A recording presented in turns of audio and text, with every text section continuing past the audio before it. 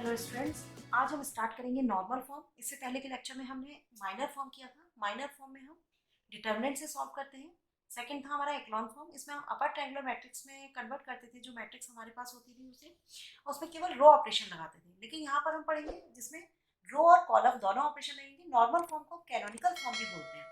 तो यहाँ पर हमें रो ऑपरेशन भी लगाना है, साथ में कॉलम ऑपरेशन भी लगाना है। तो वहाँ पर हम जो एक्लॉन फॉर्म था उसमें हम अपर ट्रायंगुलर मैट्रिक्स में कन्वर्ट करते हैं। इसमें हम आइडेंटिटी मैट्रिक्स में कन्वर्ट करेंगे। जो भी हमारी मैट्रिक्स हमें गिवन होगी उसको हम आइडेंटिटी मैट्रिक्स बनाएंगे। तो यहाँ पर ये 4 फॉर्म्स है इसके।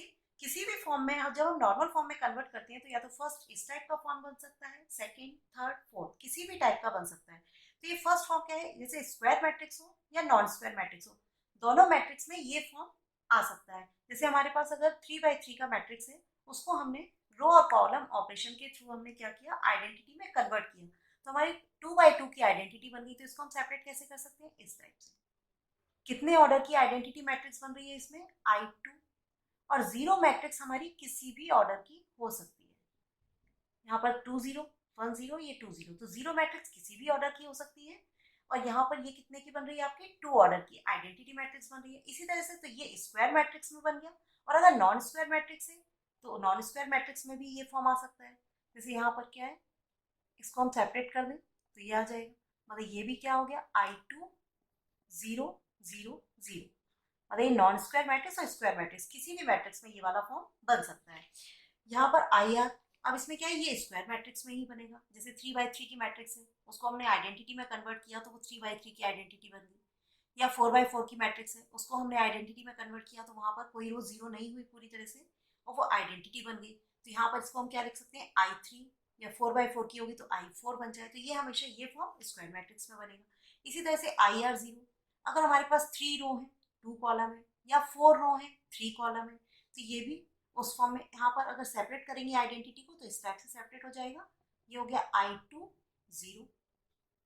ठीक, यहाँ पर IR0 है, मतलब ये अगर हमारे पास 3 रो है और 4 कॉलम है, ठीक है, या 4 रो है 5 कॉलम है, मतलब इस टाइप से है। और अगर हमने उसको आइडेंटिटी में कन्वर्ट किया तो ये इस टाइप से आ गया, एक कॉलम हमारा पूरा जीरो हो गया। तो हम क्या लिख सकते हैं, I3 3x3 की आपकी जो मैट्रिक्स है वो आइडेंटिटी में कन्वर्ट हो गई है, और जीरो ये हो गया जीरो मैट्रिक्स।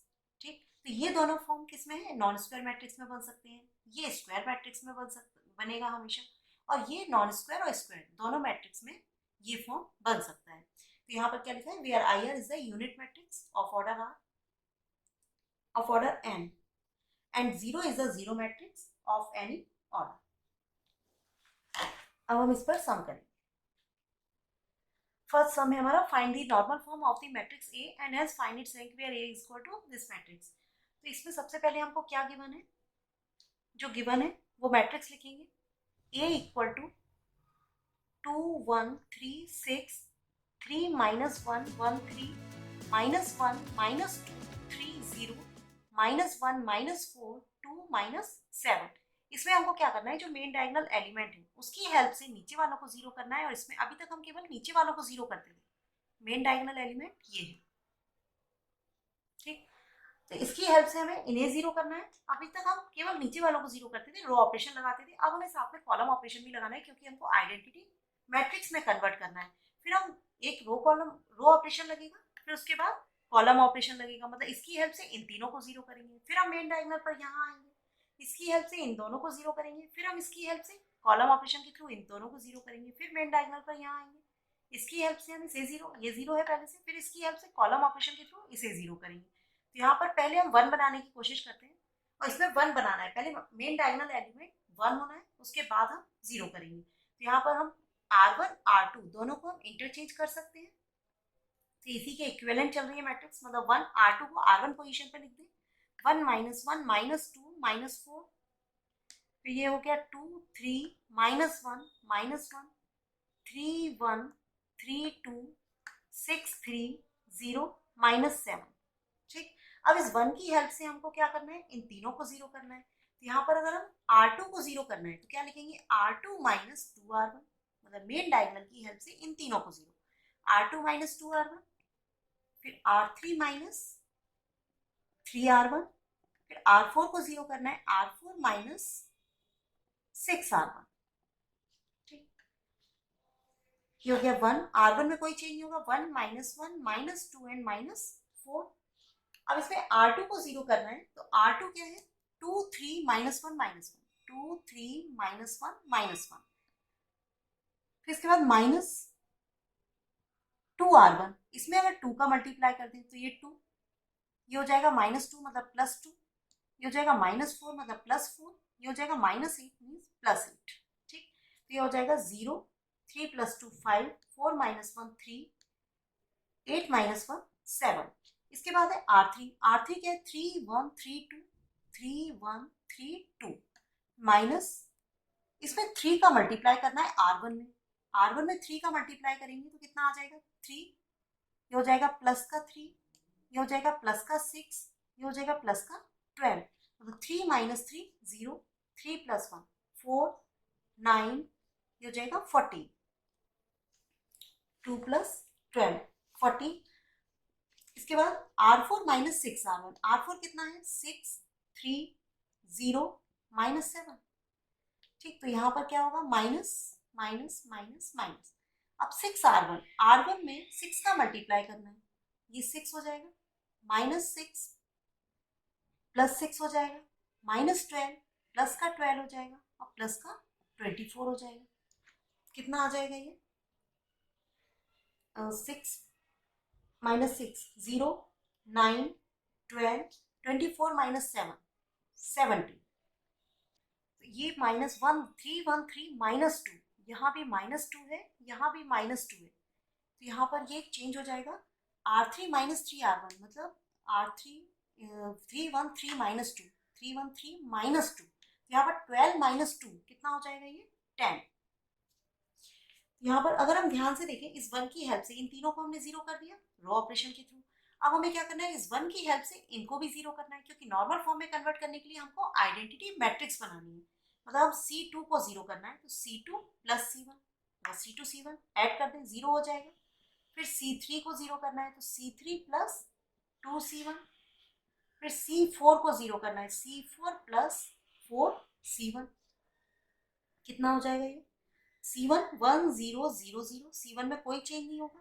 फिर C2 + C1 मतलब -1 + 1 0, 5 + 0, ये तो एज इट इज रहेंगे 5 4 9, क्योंकि फर्स्ट कॉलम में केवल यहाँ पर चेंज होता है, फर्स्ट कॉलम में केवल यहाँ पर 1 है, तो यहाँ फर्स्ट एलिमेंट चेंज होंगे, बाकी सभी एज इट इज रहेंगे।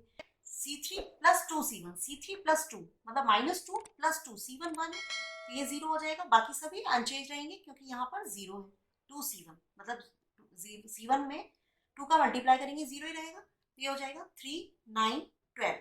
C4 + 4C1, C4 कितना है -4 एंड C1 कितना है 1, इसमें 4 का मल्टीप्लाई करेंगे तो -4 + 4 ये 0, बाकी सभी अनचेंज रहेंगे, मतलब 7 10 एंड 70। ठीक, अब अगर हम ध्यान से देखें तो यहाँ पर क्या है कि हमें इसकी हेल्प से इन दोनों को जीरो करना है, तो पहले इसको 1 बनाना है, लेकिन इस पे अगर हम ध्यान से देखें तो दोनों रो को ऐड कर रहे हैं तो फोर्थ रो के इक्वल आ रहा है, मतलब 5 + 4 9, ये भी 9, 9 + 3 12, ये भी 12, 10 + 7 70, ये भी 70। तो अगर हम ऐसा करें कि R4 में से R2 + R3, R2 R3 को ऐड कर दें और R4 में से माइनस कर दें, तो ये पूरा रो हमारा 0 हो जाएगा, और ये आ जाएगा 1 0 0 0, फिर 0 5 3 7 0 4 9 10 0, R4 - R2 + R3, ये तो 0 ही है, ये तो 0 ही रहेगा। 5 + 4 9, और 9 में से माइनस किया 9 0, 12 माइनस इन दोनों को ऐड किया, ये भी 12, 12 - 12 0, 17 - 17 ये भी 0। अब हमें क्या करना है, मेन डायगोनल की हेल्प से ये भी 0 ये भी 0। अब हमें यहाँ पर आना है मेन डायगोनल पर, तो मेन डायगोनल पर क्या है 5, इसको हमें 1 बनाना है, तो R2 - R3 करेंगे तो ये 1 हो जाएगा। ठीक, तो हमें क्या करना है R2 - R3, तो यहाँ पर 1 आ जाएगा, R2 - R3, फर्स्ट रो हमारी as it is 1 0 0 0,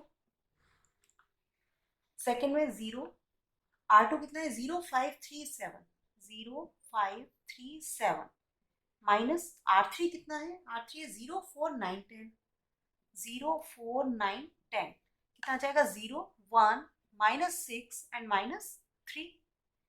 third row है 0 4 9 10, 0 4 9 10। फोर्थ रो है 0 0 0 0। अब इस 1 की हेल्प से हमने इन दोनों को जीरो किया। अब यहाँ पर इस 1 की हेल्प से मेन डायगोनल मतलब ये A11 और ये A22, इसकी हेल्प से हमें इसे जीरो करना है, मतलब R3 को जीरो करना है। क्या हो जाएगा R3 माइनस 4R2। यहाँ पर R1 एज इट इज रहेगा 1 0 0 0 0 1 -6 -3, R2 भी एज इट इज। अब R3 में चेंज होगा तो R3 क्या है 0 4 9 10 माइनस ये है 4R2। 4R2 मीन्स ये जीरो ही रहेगा, इसमें 4 का मल्टीप्लाई, इसमें 4 का मल्टीप्लाई, मतलब 24, 4 6 24, 4 3 12, मतलब प्लस का 12। ये हो जाएगा 0 0 24 माइनस 9, ये हो जाएगा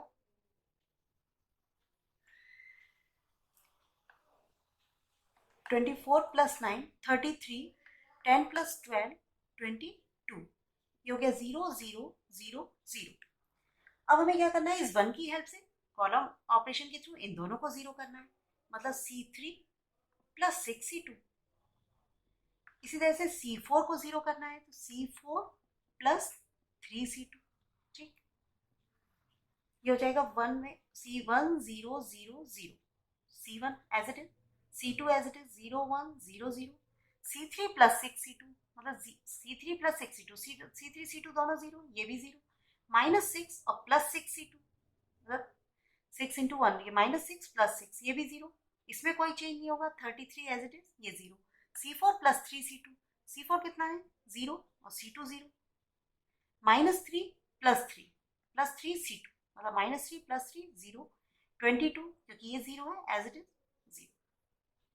अब हम क्या कर सकते हैं कि अगर हम C3 को 33 से डिवाइड कर दें तो ये 1 हो जाएगा, और C4 को 22 से डिवाइड कर दें तो ये भी 1 हो जाएगा, और यहाँ पर अगर हम R3 को करते हैं तो ये अपॉन में आ जाएगा 22 अपॉन 33, और इससे यहाँ पर क्या होगा, कोई फर्क नहीं पड़ेगा, इजीली 1 बन रहे हैं। तो C3 को अगर हम 33 से डिवाइड कर दें और C4 को हम 22 से डिवाइड कर दें, कितना आ जाएगा 1 0 0 0 0 1 0 0। C3 को हमने 33 से डिवाइड किया तो 0 0 1 0 आ जाएगा। C4 को 22 से करेंगे 0 0 1 0। अब इसमें हम क्या कर सकते हैं, यहाँ पर देखो मेन डायगोनल की हेल्प से ये जीरो हो गए, ये भी जीरो, इस मेन डायगोनल के नीचे ये भी जीरो, ये भी जीरो। अब हम यहाँ पर आ गए मेन डायगोनल पर, मेन डायगोनल की हेल्प से नीचे जीरो है पहले से, अब यहाँ पर इसे जीरो करना है, मतलब C4 को जीरो करना है, C4 माइनस C3 कर दें तो ये जीरो हो जाएगा, ये आ गया 1 0 0 0। C1 C2 C3 में कोई चेंज नहीं है। अब C4 माइनस C3 ये जीरो, ये भी जीरो, 1 माइनस 1 ये भी जीरो, ये भी जीरो। यहाँ पर जो मैट्रिक्स है वो आइडेंटिटी मैट्रिक्स हो गई, ये किस फॉर्म में आ गई, यहाँ पर नॉर्मल फॉर्म में। ठीक, नॉर्मल फॉर्म में, तो यहाँ पर इसको हम नॉर्मल फॉर्म में इस टाइप से कर सकते हैं। आइडेंटिटी मैट्रिक्स कितने की बन रही है 3/3। अब ये जो आइडेंटिटी मैट्रिक्स है ये 3/3 की है, तो इसको हम क्या लिख सकते हैं, यहाँ पर I3 0 0 0। जीरो मैट्रिक्स किसी भी ऑर्डर की हो सकती है, और ये 3 आपकी आइडेंटिटी 3/3 की होगी। ठीक है, इसमें ये हो गया नॉर्मल फॉर्म। अब इसमें number of non zero row कितने हैं, number of non zero row, non zero row हो गए हमारे 3, मतलब rank of A equal to 3। इसकी नलिटी कितनी होगी, नलिटी होती है order minus rank, order minus rank. Order इसका कितना है, ये 4/4 की मैट्रिक्स है, 4/4 की मैट्रिक्स है तो ऑर्डर हो गया 4, रैंक हो गई आपकी 3, नलिटी 1, मतलब 1 रो इसका पूरा जीरो है, तो यहाँ पर 1 रो पूरा जीरो आ रहा है। ये हमारा फाइनल आंसर हो गया। अब इससे एक सम और करते हैं। सेकेंड सम है ए इक्वल टू दिस मैट्रिक्स, इसको हमें किस में कन्वर्ट करना है, नॉर्मल फॉर्म में। नॉर्मल फॉर्म में हम रो ऑपरेशन भी लगा सकते हैं, कॉलम भी लगा सकते हैं, तो यहाँ पर हम क्या करेंगे कि पहले हम C1 C2 को इंटरचेंज कर देंगे, C1 चेंजेस C2, ये हो जाएगा 1 3 माइनस 1 8 0 माइनस 8 3 2 माइनस 3 6 2 4। अब हमें क्या करना है, इस 1 की हेल्प से इन दोनों को जीरो करना है, फिर इस 1 की हेल्प से इन एलिमेंट को जीरो करना है, मतलब कॉलम ऑपरेशन के थ्रू। अब पहले हम रो ऑपरेशन लगाते हैं, तो यहाँ पर क्या आएगा R2 माइनस 3R1। इसी तरह से R3 और R1 दोनों को प्लस कर देंगे तो ये भी जीरो हो जाएगा, R3 प्लस R1। यहाँ पर फर्स्ट रो क्या है, 1 8 3 6। R2 माइनस 3R1, R2 कितना है 3022 माइनस 3R1, 3 का मल्टीप्लाई करेंगे तो 3 24 9 18, ये हो जाएगा 0 माइनस 24 माइनस 7 एंड माइनस 16। इसके बाद है R3 plus R1, R3 plus R1 मतलब ये 0, माइनस 8 प्लस 8 ये भी 0, माइनस 3 प्लस 3 ये भी 0, 4 प्लस 6 ये हो गया 10। अब इसके बाद हमको क्या करना है, इस 1 की हेल्प से इन एलिमेंट को जीरो करना है। कैसे करेंगे हम, C2 को जीरो करना है तो C2 माइनस 8C1। फिर C3 को जीरो करना है, C3 माइनस 3C1। फिर C4 को जीरो करना है, C4 माइनस 6C1। ये हो जाएगा 1 0 0। अब यहाँ पर क्या करना है हमको, C2 माइनस 8C1 मतलब 8 माइनस 8 0। यहाँ पर एज इट इज रहेगा, इसमें कोई फर्क नहीं पड़ेगा क्योंकि ये दोनों एलिमेंट जीरो हैं। C3 माइनस 3C1, यहाँ पर भी जीरो आ जाएगा, बाकी सभी अनचेंज रहेंगे क्योंकि हम ये जीरो पहले कर चुके हैं।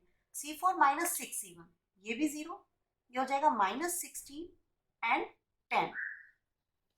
अब अगर हम सेकेंड रो को -1 से मल्टीप्लाई कर दें तो क्या हो जाएगा, सारे पॉजिटिव हो जाएंगे। और साथ में हम एक काम कर सकते हैं, अगर हम इसको 1 बनाते हैं, पहले पहले इसको 1 बनाने के लिए हम क्या करेंगे, 24 से -24 से डिवाइड कर देंगे। तो C2 को अगर हम -24 से डिवाइड कर दें कितना आ जाएगा, ये C1 में तो कोई चेंज नहीं होगा, C2 1 हो जाएगा, -24 से हमने डिवाइड किया, 0 माइनस 7 0, 0 माइनस 16 10। या हम एक काम कर सकते हैं, इसमें R3 को भी हम 10 से डिवाइड कर दें या आगे कर देंगे तो यहाँ पर कितना आ जाएगा। अब इस 1 की हेल्प से ये 0 हो गया, अब इस 1 की हेल्प से हमें इन दोनों को 0 करना है, मतलब C3 को 0 करना है। तो C3 plus 7C2 and C4 plus 16C2। ठीक, ये हो जाएगा 1 0 0 0 1 0। C3 प्लस 7C2 ये दोनों 0, C3 प्लस 7 माइनस 7 प्लस 7 ये भी 0, ये दोनों 0 है तो ये पहले से 0 तो ये भी 0। C4 प्लस 16C2 मतलब ये दोनों 0, माइनस 16 प्लस 16 ये भी 0, ये आपका एज इट इज 10। ठीक, अब हम एक काम करते हैं, इसमें C4 को 10 से डिवाइड करेंगे तो यहाँ 1 आ जाएगा। अब हम अगर C3 को 10 से डिवाइड कर दें, sorry C4 first second third fourth, C4 को अगर हम 10 से डिवाइड करेंगे तो 1 आ जाएगा, ये हो जाएगा 1 0 0 0 1 0 0 0 0 एंड 0 0 1। अब हम यहाँ पर हमें आइडेंटिटी मैट्रिक्स बनाना है, तो ये 2 by 2 की बन रही है लेकिन यहाँ पर 1 है तो इस 1 को यहाँ लेकर आना है, मतलब C3 एंड C4 दोनों को इंटरचेंज कर दें। C3 C4 को इंटरचेंज करेंगे तो क्या होगा, 1 0 0 0 1 0 0 0 1 एंड 0 0 0। यहाँ पर जो आइडेंटिटी मैट्रिक्स बन रही है उसको हमने सेपरेट कर दिया, मतलब ये किस फॉर्म में आ गया, नॉर्मल फॉर्म में। ये हो गया I3 0, जीरो मैट्रिक्स किसी भी ऑर्डर का हो सकता है, ये कितने की है 3 ऑर्डर की आइडेंटिटी मैट्रिक्स है, मतलब ये हो गया नॉर्मल फॉर्म। हमें आइडेंटिटी में ही कन्वर्ट करना था। अब रैंक क्या होती है, number of non zero row, number of non zero row कितने हैं इसमें, 3 1 2 3, ये भी नॉन जीरो, इसमें 1 है इसमें भी 1 है इसमें भी 1 है, तो रैंक इसकी कितनी हो गई 3। ये हमारा फाइनल आंसर हो गया। नलिटी इसकी एग्जिस्ट नहीं करेगी क्योंकि ये नॉन स्क्वायर मैट्रिक्स है। थर्ड एग्जांपल हमारा इक्वल टू दिस मैट्रिक्स, इसमें हमें क्या करना है, इसको भी हमें नॉर्मल फॉर्म में कन्वर्ट करना है। तो सबसे पहले हम अगर हम रो को इंटरचेंज कर दें या कॉलम को, जैसे फर्स्ट सेकंड कॉलम को भी कर सकते हैं या हम रो को भी कर सकते हैं। तो अगर हम R1 और R3 इन दोनों को इंटरचेंज कर दें तो यहाँ पर 1 आ जाएगा, उस 1 की हेल्प से हम इजीली 0 कर सकते हैं एलिमेंट को। तो यहाँ पर कितना आ जाएगा, ये R3 जो है वो R1 पे आ जाएगा 1 1 1 2 1 1 1 2। Second as it is 3 -3 1 2। Third रहेगा 2 1 -3 -6। अब इस 1 की हेल्प से हमें क्या करना है, इन दोनों को 0 करना है, क्योंकि हमें अपर ट्रायंगुलर फॉर्म में लाना है और आइडेंटिटी मैट्रिक्स बनानी है। अपर ट्रायंगुलर में भी लाना है और साथ में आइडेंटिटी मैट्रिक्स बनानी है, नंबर ऑफ नॉन जीरो रोज। तो इसमें क्या लिखेंगे हम, R2 मतलब अपर ट्रायंगुलर और लोअर ट्रायंगुलर दोनों में लाना है। तो R2 -3R1, R3 -2R1। तो यहाँ पर 1 1 1 2। अब R2 -3R1, R2 कितना है 3 -3 1 2। फिर R1 3R1, इसमें 3 का मल्टीप्लाई करेंगे 3 3 3 6, कितना हो जाएगा 0 -6 -2 एंड -4। फिर R3 कितना है, R3 है 2 1 -3 -6, R3 ये है माइनस R1 में फिर 2 का मल्टीप्लाई करेंगे 2 2 2 4 2 2 2 4, 2 -2 0 -1 -5 एंड -10। अब इस 1 की हेल्प से हमने इन दोनों को 0 किया, अब कॉलम ऑपरेशन के थ्रू हम इन तीनों को 0 करेंगे। ये हो जाएगा C2 -C1 C3 -C1 and C4 -2C1। ये हो जाएगा C1 as it is 1 0 0, C2 -C1 मतलब ये 0 -6 -1 as it is, C3 -C1 ये भी 0 -2 -5 इनमें कोई चेंज नहीं होगा, C4 -2C1 0, फिर -4 एंड -10। अब इसमें अगर हम R2 में और R3 में -1 से मल्टीप्लाई कर दें और R2 R3 दोनों को इंटरचेंज कर दें, तो यहाँ पर जो थर्ड रो है वो सेकंड पर आ जाएगी और -1 से मल्टीप्लाई करेंगे तो पॉजिटिव हो जाएगा। मतलब R2 को अगर हम -1 से मल्टीप्लाई करें, इसी तरह से R3 को अगर हम -1 से मल्टीप्लाई करें एंड R2 R3 दोनों को इंटरचेंज करें, ठीक, तो कितना हो जाएगा ये 1 0 0 0। माइनस से मल्टीप्लाई करेंगे दोनों रो पॉजिटिव हो जाएंगे, फिर R2 R3 को इंटरचेंज करेंगे मतलब पॉजिटिव साइन के साथ आ जाएंगे 1 5 10 0 6 2 4। अब हमें क्या करना है, इस 1 की हेल्प से हमने इस 1 की हेल्प से इसको 0 किया, इसको 0 किया, अब हमें इसकी हेल्प से इसे 0 करना है, मतलब R3 को 0 करना है। R3 -6 R2, R1 R2 हमारे अनचेंज रहेंगे 1 0 0 0 0 1 5 10। R3 -6 R2 0, ये भी 0 हो जाएगा 6 मतलब 0 6 2 4। R3 ये है माइनस R2 में 6 का मल्टीप्लाई करेंगे 0 6 6 5 30 6 10 60, ये हो जाएगा 0 0 2 -30 -28 एंड -56।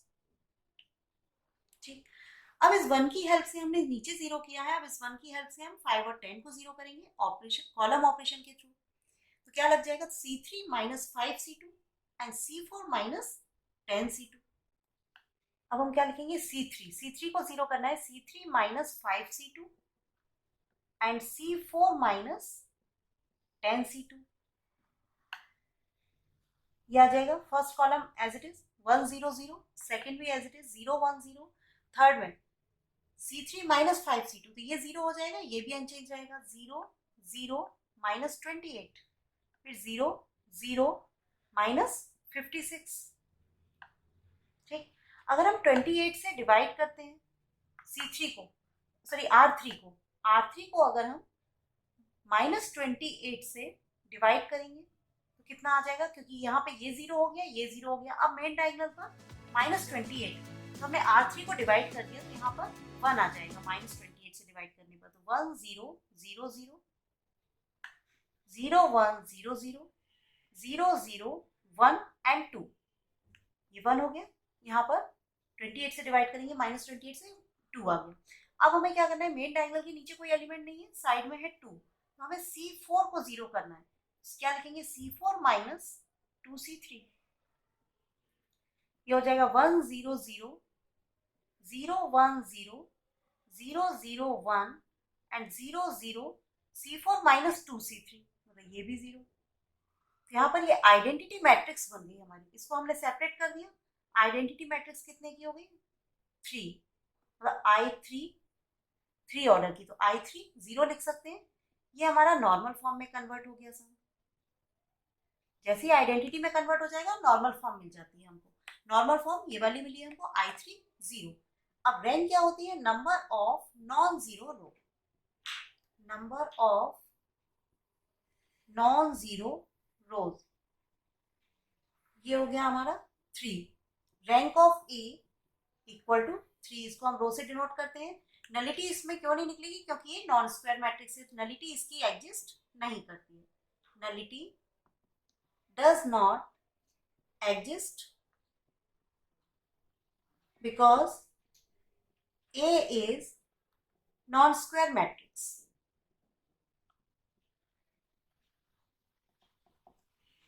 तो यहाँ पर इसी टाइप का हम एक सम और देख सकते हैं। जैसे सपोज हमारे पास एक सम है A इक्वल टू 2 3 4 5 3 4 5 6 4 5 6 7 9 10 11 12। ऑर्डर कितना है इसका, 4, मतलब 4x4 का मैट्रिक्स है। जब इसको नॉर्मल फॉर्म में कन्वर्ट करेंगे हम तो इसका रैंक आएगा आपका 2। ठीक, तो इसका फाइनल आंसर हो जाएगा। यहाँ पर हमारा नॉर्मल फॉर्म कंप्लीट हुआ। आपको अगर लेक्चर पसंद आया तो लाइक कर दीजिए, और अगर चैनल पर नए हैं तो सब्सक्राइब।